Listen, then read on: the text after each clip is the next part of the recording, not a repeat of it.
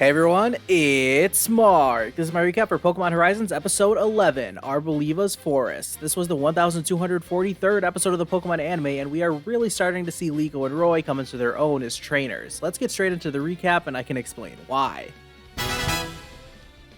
As per usual, we start with a recap of recent events from Liko, and she admits that she's been really busy since returning to Paldea, but right now she has something on her mind. We pick things up aboard the Ravasagi at night, and Liko is once again posted outside of Dot's door. She's investigating the Nidothing mystery, and Quaxley comes through the flap to say hello. Liko notes that Dot always has Nidothing music playing, she's got a Quaxley, and Liko even remembers when she saw that Nidothing costume the other day. Having put all the pieces together, Liko is ready to confront Dot. From inside the room, Dot says that she also has something to say, and oh my days, here we go. Dot is about to confess that she is Nidothing. Liko takes a deep breath, and when she's ready, Liko yells out that Dot is a Nidothing superfan? Oh no, we were so close, Liko. We were so close.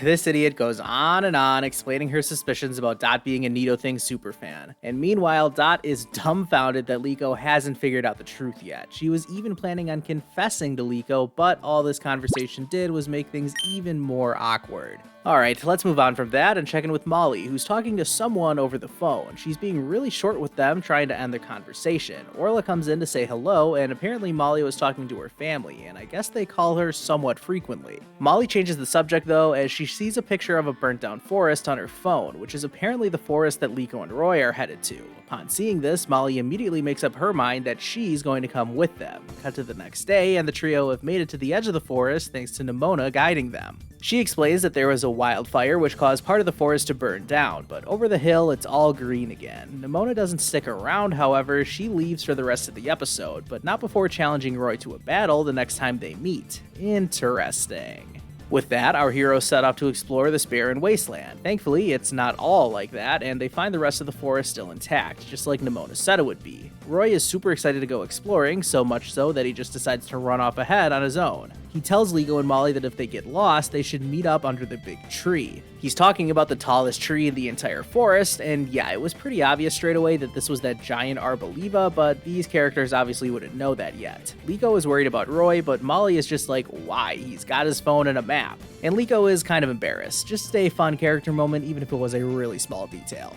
The next scene kind of came out of nowhere. We check back in with the rest of the crew back on the airship, and Orla is wondering why Freed and Murdoch are looking at their phones with such concern. Freed responds by saying he hasn't heard back from Miss Luca, and just an interesting thing to note, some stuffs, the group who makes all of these fan subs that most of us use to watch the episodes, are actually putting out two different subtitle tracks now. One in basic English, and one that keeps the Japanese honorifics. So for example, in this scene, Freed actually says Luca Sensei, not Miss Luca. Depending on how you choose to watch new episodes, you may only get to see one version of these subtitles, but I'm guessing there are going to be more of these small differences going forward. Anyways, we have no idea who this Luca person is, so more on that later. Murdoch, on the other hand, just wants to know what the kids want for dinner. He immediately assumes something bad must have happened since they're not responding, but the other two just tell him to calm down, and that his constant communication about food can get annoying. Apparently Dot nearly blocked Murdoch once because of it. Murdoch opens up a little bit by saying he's just trying to take care of his niece, and Freed is empathetic with parents who worry about their kids. Orla says a pretty interesting line here, if only Molly was here to hear this, and then winks at Freed. Yeah, there's definitely something more going on here, but we don't learn anything more in this episode.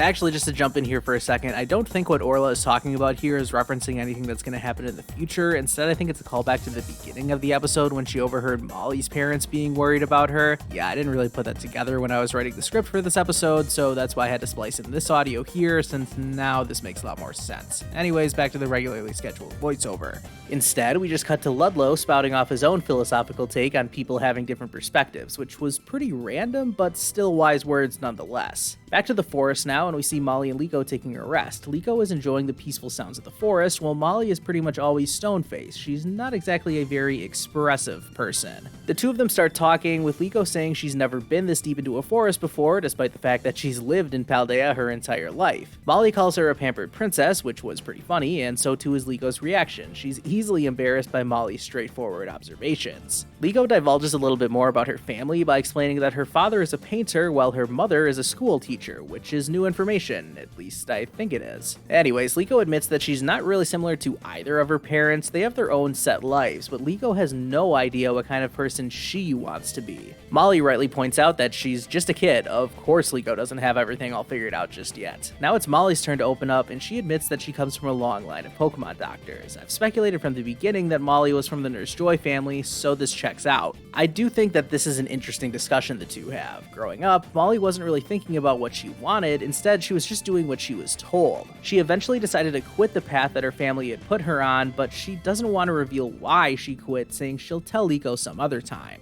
Liko tries putting the pieces together as she remembers how Molly didn't want to go inside a Pokemon Center, and just like the Nidothing mystery, Liko is almost there, but she doesn't have the full story just yet. This was a really interesting conversation between these two, and a great example of their personalities. I love the way these characters interact. Let's get a move on though. It's time to stop sitting around and get into some action. Molly teaches Liko about Oran berries, and Liko goes off on her own to collect some. In doing so, she gets completely lost. Great. Of course, Liko starts to panic, and yeah, you're miles deep into a forest, of course you don't have any phone reception. Liko does remember that they agreed to meet at the massive tree, so she decides to head there with Sprigatito. Roy just so happens to already be at the giant tree, and yeah, this thing is definitely a giant Arboliva. Roy throws Fuecoco inside his bag and decides to climb this quote-unquote tree, and he notices an ancient Pokeball near the top of the tree, just like the one his Rayquaza came from.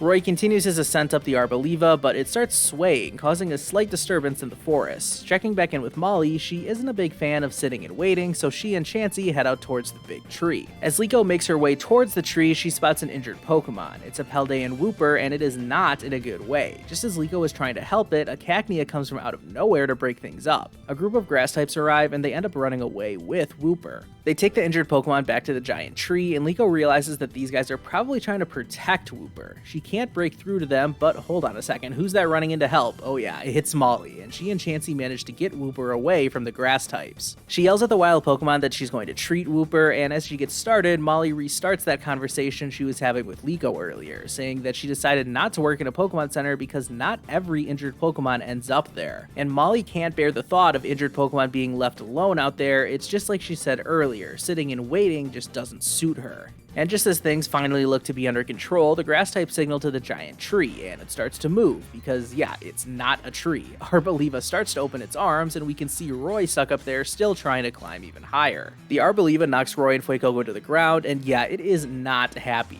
Arboliva immediately starts attacking the kid, shooting its olive oil at them, and only stopping once Liko and Roy inadvertently hide in the same bushes as some Smoliv, who of course the Arboliva doesn't want to put in any danger. Our heroes are absolutely terrified, and they say to Molly that, hey, I think now would be a good time to run for our lives. Molly isn't going anywhere though, she's going to keep on treating the injured Wooper. Liko realizes they have to stand and fight, even if it's only to buy Molly some time. Roy is ready to go. He wants Fuecoco to attack it with Ember, but Liko yells at them to stop because she thinks fire-type attacks could cause another wildfire, which, if I'm being honest, doesn't sound particularly likely to happen, but whatever, let's just go with it. No fire moves allowed. Instead, Liko is going to try to distract Arboliva by having Sprigatito use Quick Attack, not even to attack necessarily, but just to try and dodge the olive oil and keep Arboliva at bay. Roy decides to draw on Brassius' advice from yesterday, and as Sprigatito has Arboliva distracted, Roy decides to use Stomping Tantrum. The ground-type move does knock Arboliva off balance, and this gives Liko and Sprigatito an opening to use Leafage. Their plan seems to be working, and they are actually successful at knocking Arboliva to the ground. The two celebrate their accomplishment, but Arboliva doesn't look finished just yet. Suddenly, we see the injured Wooper start to walk onto the battlefield. It's yelling something to the Arboliva, and Molly joins in, saying that they're all worried about Wooper. This does actually work. The Arboliva extends an olive branch, which Molly accepts. Wow, how fitting is that?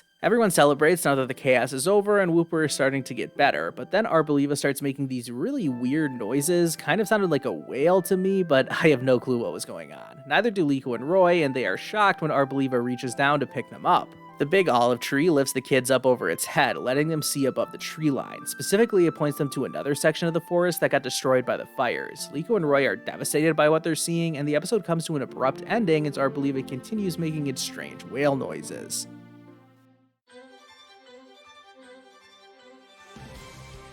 Well, I did not expect the episode to end so suddenly. There's clearly more of a story to tell, but that will have to wait for the next episode. Before we get to that, let's touch on some of the important things that happened in this episode. Probably the headline for me is that there are more ancient Pokeballs out there. The one that Roy had wasn't just a one-off. If this Arboliva is in possession of one, just how many of these ancient Pokeballs are out there? We're only 11 episodes in when we've already found 2 of them, so I wonder what that means going forward. Like I said, we'll get to the next episode eventually, but just in the preview we see that Liko and Roy are going to obtain the Pokeball in the next episode, and I just have so many questions about all of this. Another thing that's going to continue to develop going forward is Liko and Dot's friendship. Clearly Liko is making progress towards getting Dot to open up to her. I mean, Dot was literally in the process of revealing her secret about being Nidothing, but Liko kinda messed that up for herself. Speaking of Liko, I thought she absolutely dominated this episode when it came to facial expressions. I remember back in Pokemon Journeys, I called Chloe the queen of crazy facial expressions, but honestly, Liko is coming for her crown. Let's talk some more about the battle against Arboliva. I think in my last episode review, I wondered if this thing was some kind of totem Pokemon, and honestly, I felt like an idiot after posting that video because wouldn't a Titan Pokemon be a much better comparison? There wasn't a Titan Arboliva in the Scarlet and Violet games, but I could see how this giant Arboliva could be a Titan Pokemon or something similar. The battle kind of played out like one of the Titan battles too, with a pair of trainers working together to take down their giant foe. I thought Liko and Roy were impressive in this moment, keeping their cool and working together in order to achieve their goal. They may not be strong trainers yet, but they are learning pretty quickly, and it's cool to see their progress. I guess I can get to my rating for this episode, and overall I have pretty positive feelings. With that said, I'm giving this episode a 6.5 out of 10 rating.